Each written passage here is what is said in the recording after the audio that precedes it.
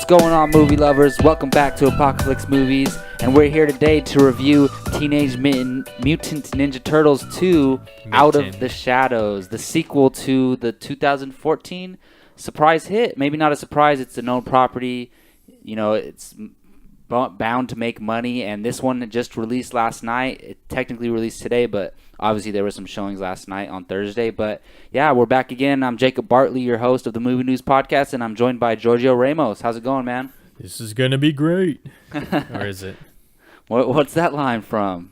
You know, the movie, the trailer. It's in the every movie trailer. Spoiler, man, spoiler. Nah, just kidding. So yeah, we're here to talk some TMNT 2 Out of the Shadows. We're going to give our positives, our negatives, and then an overall score out of 10 like we do on all of our reviews. But I just want to say the first one I actually really enjoyed. It's not a great movie by any means. I wasn't expecting much from the first one, but I found myself really enjoying it. And I got to say, I kind of feel the exact same way with this movie. Even though I enjoyed the first one, I went into this one not having high expectations, and I left enjoying myself. And that's all I really expected from this movie. Something I loved from the first one was the Turtles and their camaraderie, their chemistry, their relationship, and we got a lot more of that in this one. Obviously, there were some weak points in this film from my perspective, but Gio, just give them quick thoughts, your overall thoughts of the film. More turtles, they interact together, so that's fun to watch. What's his name? God, Stephen Amell as Casey Jones. It was good, but could have been better. Megan Fox is Megan Fox. You know what you're going to get from her. I'll say that the villains were a little bit weak. They were kind of just thrown in there so the turtles can show off their stuff. But overall, it's a fun movie. I think it's more for kids. But if you're a fan of Teenage Mutant Ninja Turtles, the comics, the cartoons, then you'll like this movie. If you love the 90s movie, you probably will hate this movie. But for me, I thought it was good. It was good. Yeah. For what it is, yeah, I would say. So yeah, let's get into it. Specifically, what was good? I'll go ahead and start. I just got to start. Like I said, the Turtles. The Turtles. We got more of them in this one. There was less screen time of Megan Fox and Will Arnett, and more screen time given to the Turtles, which is exactly what I wanted for this movie. And we got it. We got a lot of cool moments. Every time they were doing their thing with the action, or like jumping on buildings or doing stuff, action stunts, and just cracking jokes and hanging out in underground, I loved every moment of that. Like, I just want to watch a whole movie just of them hanging out and doing cool stuff. So that is the best thing I took away from this movie. I actually thought Stephen Amell as Casey Jones was really good. His performance was really good. The character wasn't perfect, but I do think that he gave us a great portrayal of the character. And for me, I'm an Arrow fan. I've seen every single season of Arrow, so it was hard for me to separate Stephen Amell as Arrow from him playing Casey Jones. At first, it was a little weird, but 5-10 minutes into seeing him on screen, I accepted him as Casey Jones, and I thought he played that sarcastic, wisecracking, like kind of egotistical, kind of cocky guy pretty damn well. And it is a different character than Oliver Queen Arrow, so I thought he did a great job for what he was given. The character could have been a little bit better, but maybe you'll bring that up later. I don't know, and also.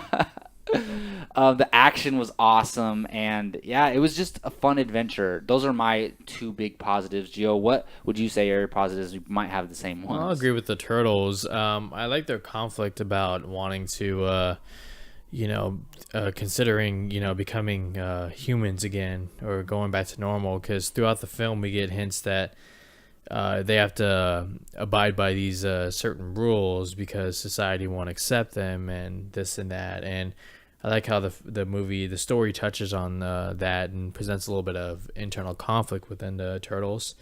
Particularly Raphael I thought he was legit. That guy, he's what is he? The muscle? The muscle, yeah. Muscle of the group. Hothead. Yeah. I liked him a lot. Bebop and Rocksteady, these are two characters that fans have been wanting to see. This was their debut appearance in the movies, and overall, I thought it was good. Nothing too special, but their interactions together was some of the more funner parts of the movie. And yeah, like you said, the action. Michelangelo on his skateboard that can fly. You had Donatello, being the logical one. With all his tech. Yeah, all that stuff. So I mean, there's a lot of fun moments in here. Some good stuff. So that's really all I got. Yeah, I'm glad you brought up the the conflict with them wanting to be able to go out into the world, but they can't because the world has never seen anything like them. Mm-hmm. And even there's certain things in the movie that show us why they can't reveal that they ended up saving the city from Shredder in the last movie. And yeah, that was a really good thing. And just the conflict of what I really appreciate is, and they continue this from the first one, is how Leo is the leader, and there's always, he ultimately has to make the tough decisions for the group, but he he has to deal with that, and especially with Raphael and them butting heads a lot. They continued that, and I thought that was handled really well. I have two younger brothers, so I kind of, everyone chooses a turtle who they're most like. I would probably be Leo because I have two younger brothers, and I have to be the leader a lot in that situation, so I could relate with that. So that brotherhood, I think, is something that a lot of people can relate with, and something that they handle very well in both of these movies. Yeah. Well, with that being said, let's get into some of the negatives, and I'll start with you, Gio. They tried to make Megan Fox or the April O'Neil character more than just a reporter. Having her go to these dangerous situations where she's stealing the ooze, or in the battle, trying to fight the Foot Clan, and it just didn't work for me. It's just, and it probably would have worked if it wasn't Megan Fox, but she's just not that strong of an actress to pull a convincing, heroine, I guess you could say. I know what you mean. Yeah, I would say Tyler Perry is a little, what's the word I'm looking for? Over the top. Kooky. His character is a little over the top. I mean, it's a movie for kids. It's supposed to be fun and all that, but wow, like you go from Gone Girl to this, it's like I don't know. I mean, I understand it's what the movie is, but I'll say Shredder was a complete waste. I mean, if you really think about it, he escapes prison. He pretty much does everything Krang wants, and then he gets, he's out. Spoiler alert. I mean, he's out. So that was a little bit of a waste. The end battle, I think both of us agree that it was, anticlimactic. It wasn't really anything special. Yeah. Krang didn't really put up a fight. It looked more like a pretty good Pixels movie during some times. Look, I'm a big fan of Stephen Amell. Okay, he's great as Arrow.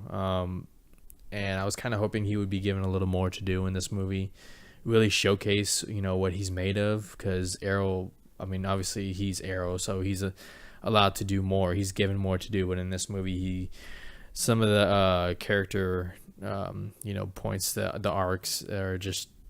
It's kind of like, oh, okay, we're doing that again. He wants to be this and that. We've seen it before, but I don't know. I mean, that's about all I have. So before I get into my negatives, let me ask you. So you thought Stephen Amell did a good job of what he was given, though, as far as portraying the character. He wasn't given much to work with, but yeah. So a lot of people ask the question: do you think he can make the transition from a TV star to maybe becoming a movie star? Do you think this is maybe a step in the right direction, or do you think this hurts his chances of that? I'll say it does neither, because I mean, like I said, studios, I mean, they see him as Arrow in the TV shows, but TV and movies are two different things. Yeah.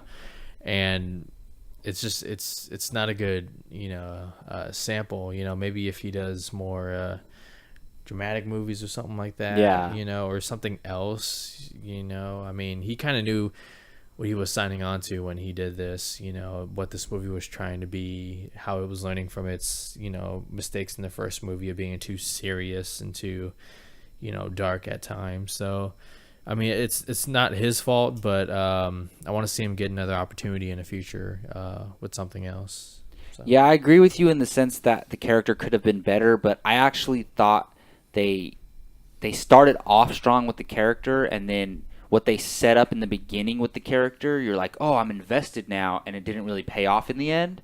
So I thought that was the fault. But as far as him, I thought he did a great job.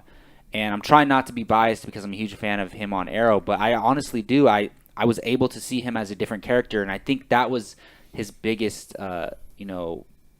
his biggest problem going into a movie is trying to separate himself from playing Arrow. So I thought this actually helped him. So he's used to being the leader, and in this one he kind of has to take a step back. No, so I actually thought it did help him, gave him something different. I gotta go with Megan Fox.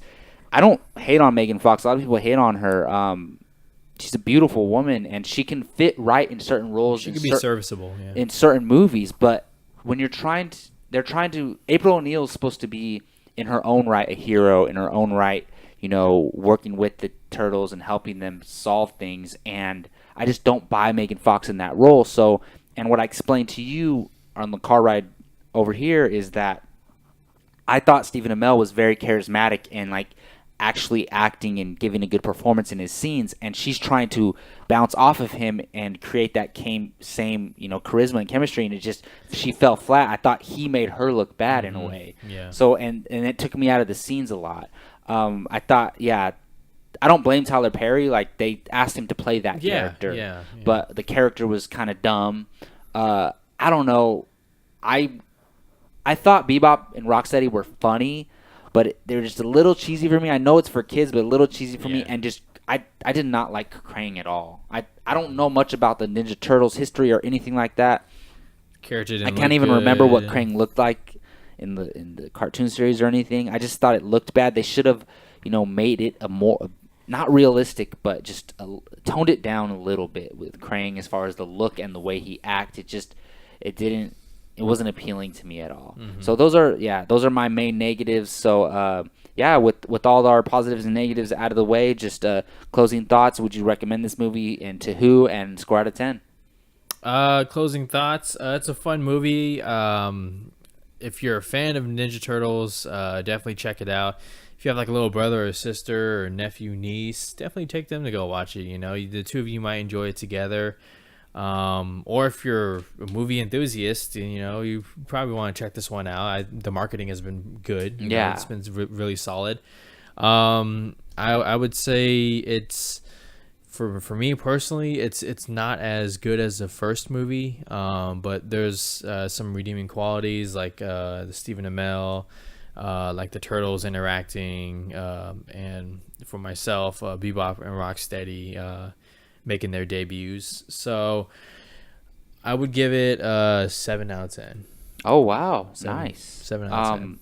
Yeah, I definitely recommend it for kids and families. And if you are a fan of the animated series, I think this is what you would want to see.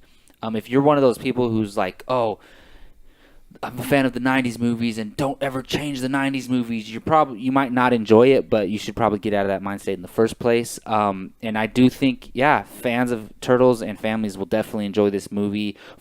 I'm basing this movie from what it is. I'm not comparing it to like a Captain America Civil War or something like that. You can't. They're incomparable. So I'm gonna give it a 6.75 out of 10. It could have been a lot better. It just fell a little flat for me in certain areas, and the ending just felt really rushed. So I'm gonna give it.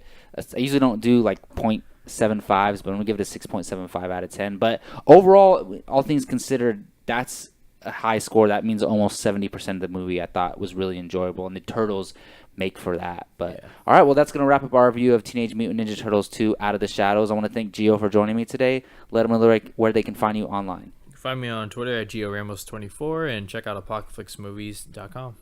And you can find me, Jacob Bartley, on Twitter at JacobBartley_, on Instagram at Jacob Ryan Bartley, and on this Apocalypse Movies YouTube channel. Please comment and let us know, are you going to go see this movie? If you have, did you like it? Did you not like it? Let us know in the comment section. And like our videos, subscribe to our channel. Until next time, you all take care.